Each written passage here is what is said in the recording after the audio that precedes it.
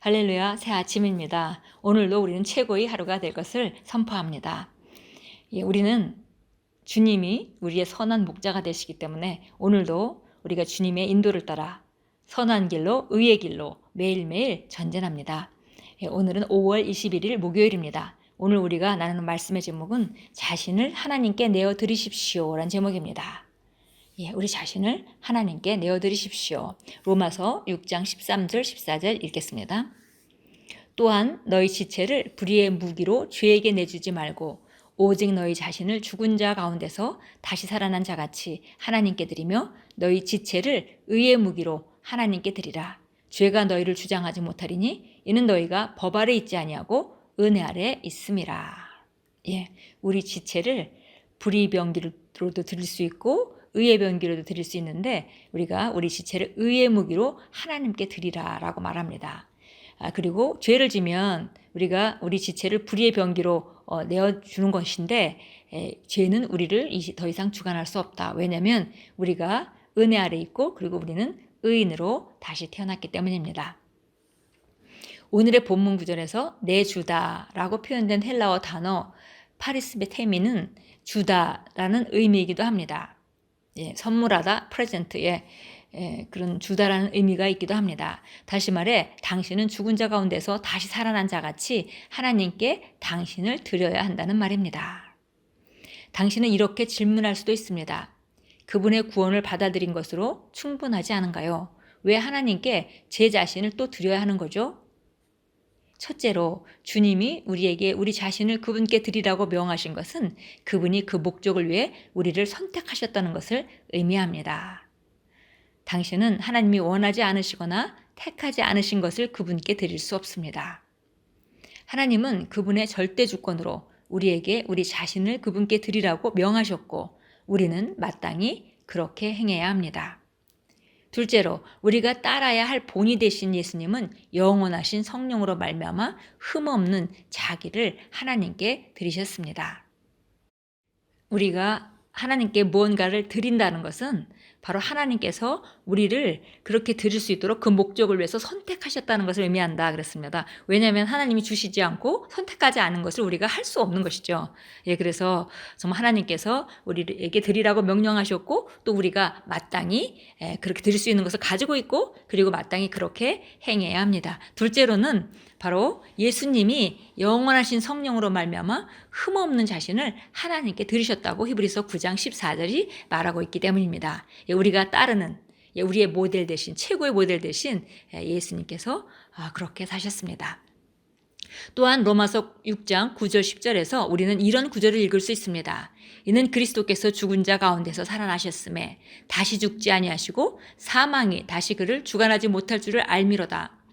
그가 죽으심은 죄에 대하여 단번에 죽으시며 그가 살아계심은 하나님께 대하여 살아계심이니 그리스도가 죄에 대해 한 번 죽으시고 이제 하나님께 대해 사시는 것과 마찬가지로 우리는 반드시 자기 자신을 죄에 대하여 죽고 하나님께 대해 산 자로 여겨야 합니다. 우리는 정말로 그렇습니다. 다시 말해 당신은 그분께 속해 있으므로 그분을 위해 살아야 합니다. 그분께서 죽으셨고 우리를 사셨고 이렇게 했기 때문에 우리는 이제 그분이 주신 새로운 생명을 가지고 그분의 목적을 따라 하나님께 대하여 산 자로 여기면서 당연히 우리가 하나님을 향하여 산 자인 것이죠. 세상에 대해서는 죽은 자로 살아가는 것이 마땅합니다. 예수님은 당신을 구원하기 위해 그저 천사들을 보내지 않으셨습니다. 그분은 당신의 죄의 자리를 대신하시고 당신의 자리에서 죽으셨습니다. 그분은 당신을 위해 최고의 값을 치르셨습니다. 당신이 예수님께서 자신의 생명으로 당신을 위해 사신 구원을 받아들였다면 구원과 함께 오는 책임을 받아들여야 하며 그 희생의 가치를 이해하는 자로 살아야 합니다. 당신은 자신의 삶을 그분께 성별하여 드리고 그분을 위해 살고 전심으로 그분을 섬기고 그분의 말씀을 지키고 당신의 삶을 향한 그분의 목적을 성취하고 의의 일들을 행하며 살아야 합니다. 할렐루야. 마지막에 너무 정말 강력한 그런 말씀입니다.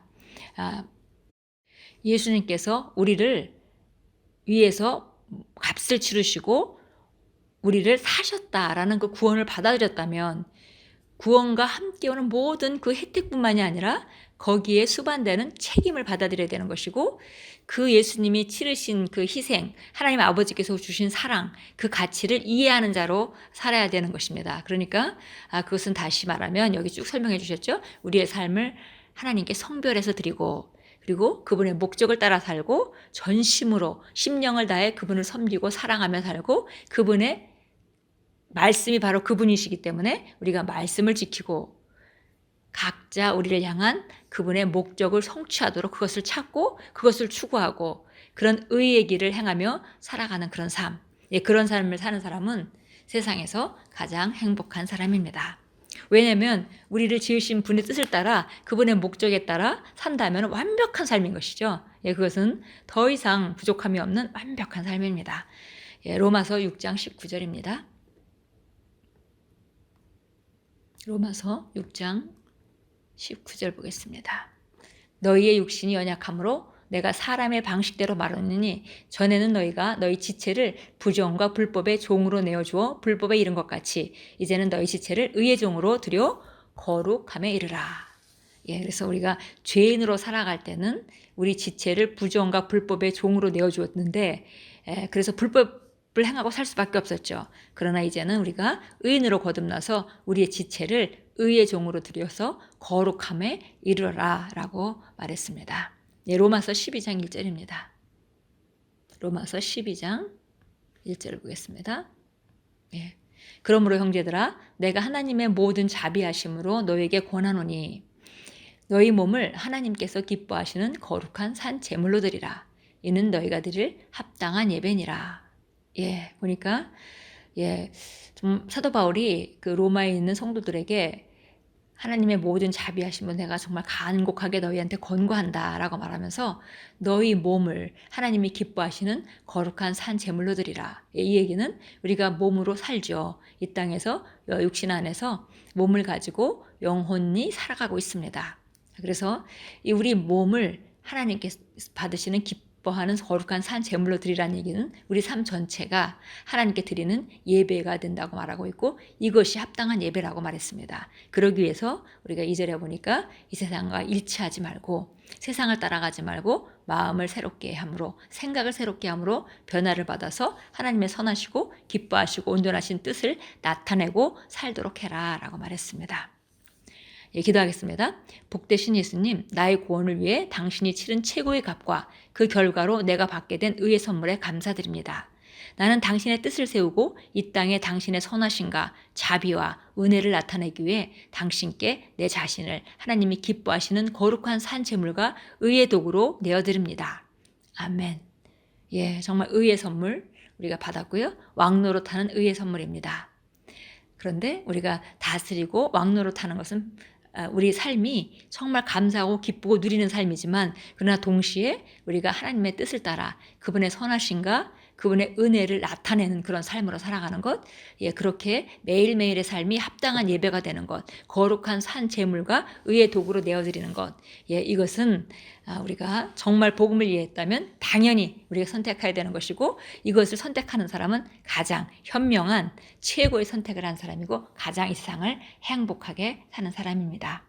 오늘도 우리 자신을 하나님께 더 내어드리고, 순간순간 우리 생각과 우리 행동과 우리의 말과 이런 것들을 점검하시면서 성령님께 양보하고 말씀에 양보함으로 말미암아 하나님께 더 내어드리고, 그리고 우리가 정말 늘 예수님을 얼굴과 얼굴을 대면하여 오는 그날이 있다는 것을 알고, 그날에 합당한 삶을 우리가 순간순간 살아간다면 오늘도 우리 삶은 최고의 하루가 될 것입니다.